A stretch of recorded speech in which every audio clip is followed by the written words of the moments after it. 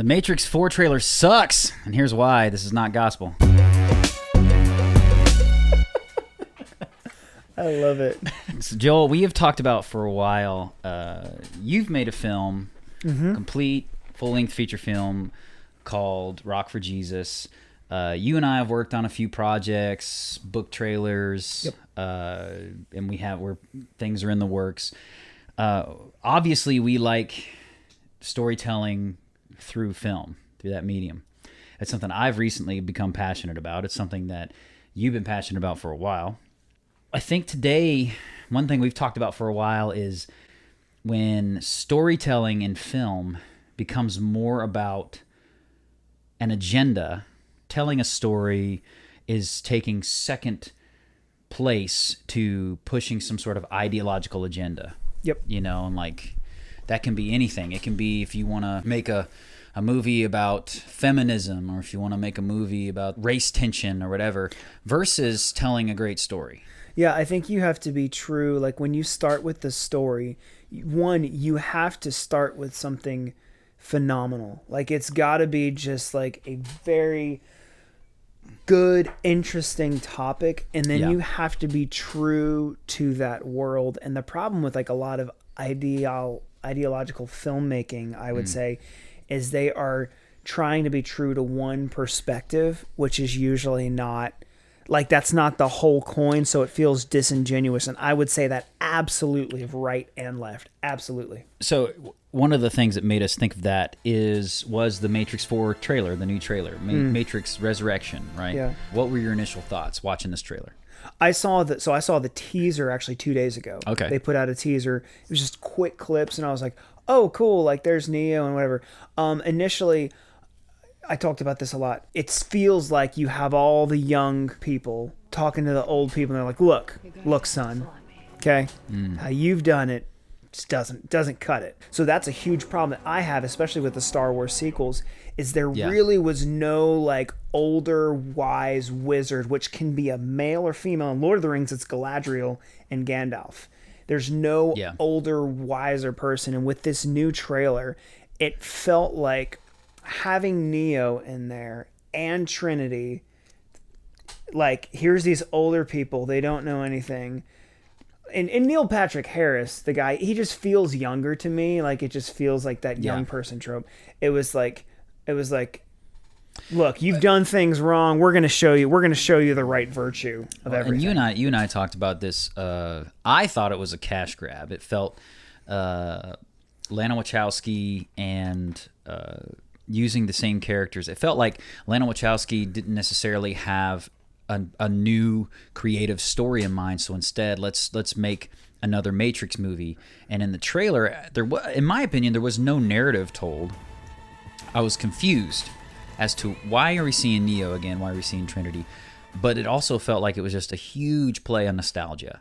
Well, and why would you immediately alleviate the tension of Neo dies, Trinity dies, and immediately, like within 20 seconds, you see them together and then they touch hands. Yeah. Visually, you're alleviating that attention. That's the one thing I liked about with the sequel trilogy.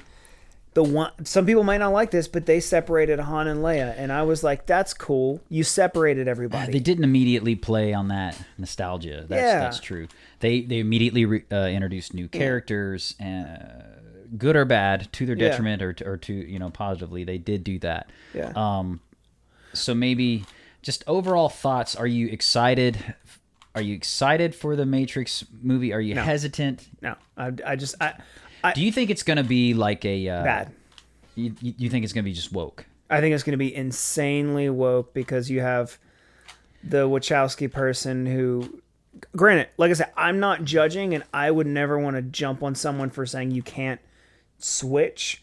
But just like the tropes of here is the blue-haired girl, Neo. Let me show you how it's done. Let me show you how it's going to trigger you when the chick shows on the clip and she's got the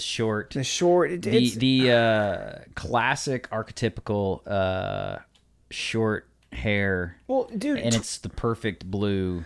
20 years ago, that was cool. Like, it was like, oh, there's the cool club people. They have, but now it's just so overplayed. It means something else. It means something else, and I feel like it's going to be insanely woke. And to me, like, I'm totally fine if you have that, but it felt like here's young Morpheus, here's the young girl, and like, let me show you how it's done. You know, you've been racist and sexist for so long, so let me. That's what that says to me. Like, when you have no older, wiser character that's doing anything. You felt like it was kind of like Neo and Trinity are old enough, and they're like we've hit our older generation card by having Neo and Trinity right here, but unfortunately in the trailer they look like the ones that have no clue what's going on. Yeah, they have no clue what's going on. Yeah. Let the young woke person that lives with mom figure it out. For our listeners on the podcast, if you hear some weird slidiness in the background, I'm kind of working a Rubik's Cube here. It's a challenge my 7-year-old gave me. But hit us up on Instagram, or when you see the clips from this episode on YouTube, write in the comments and stuff what you all think about the trailer, because it felt like just pure nostalgia to me. Yeah.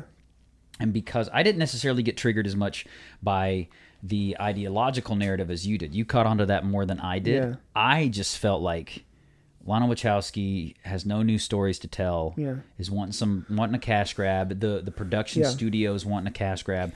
So they're like, hey, let's just tell the Matrix again. Can I talk a little bit about why that younger person teaching the older person thing triggers me? Yeah. Because it's like, okay, in every great film series ever, you have the wizard trope.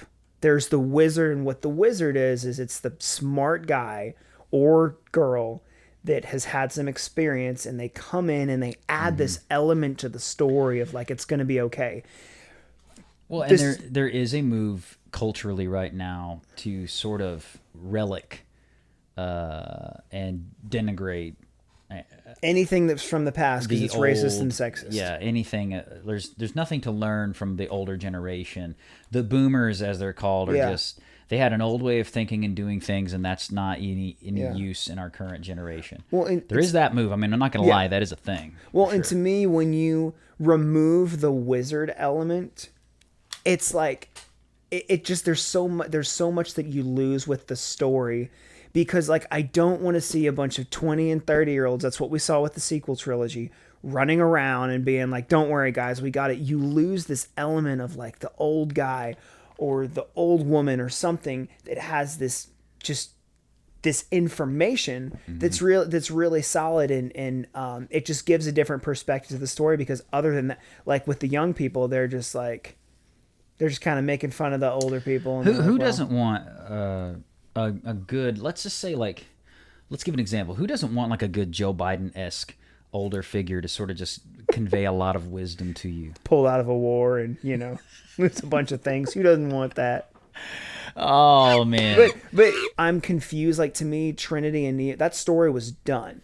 Yeah, and that was the thing that frustrated me, is I didn't know what they were trying to do. So I didn't know if they were just trying to relegate the previous trilogy as sort of a dream sequence or inconsequential. You're not supposed to do that. If you take those last movies and say, well, that was just, now this is a new Neo, and it's just the same storylines repeating itself over and over and over, that might be okay in the universe you have created, in the Matrix universe, and the lore that they've created. That might be actually okay. It might fit their lore, but in storytelling and film and cinema and books and stuff, like, nobody wants to read the same book over and over and over and pay full price for it again. You don't want to feel like your previous thing was made useless. Nothing. Right. That's a big no-no. If you're gonna read the same story over again, you're gonna pick up the book you already paid for and read it. You're not gonna pay full price for a new book and read it. And if you're gonna watch the same movie over again,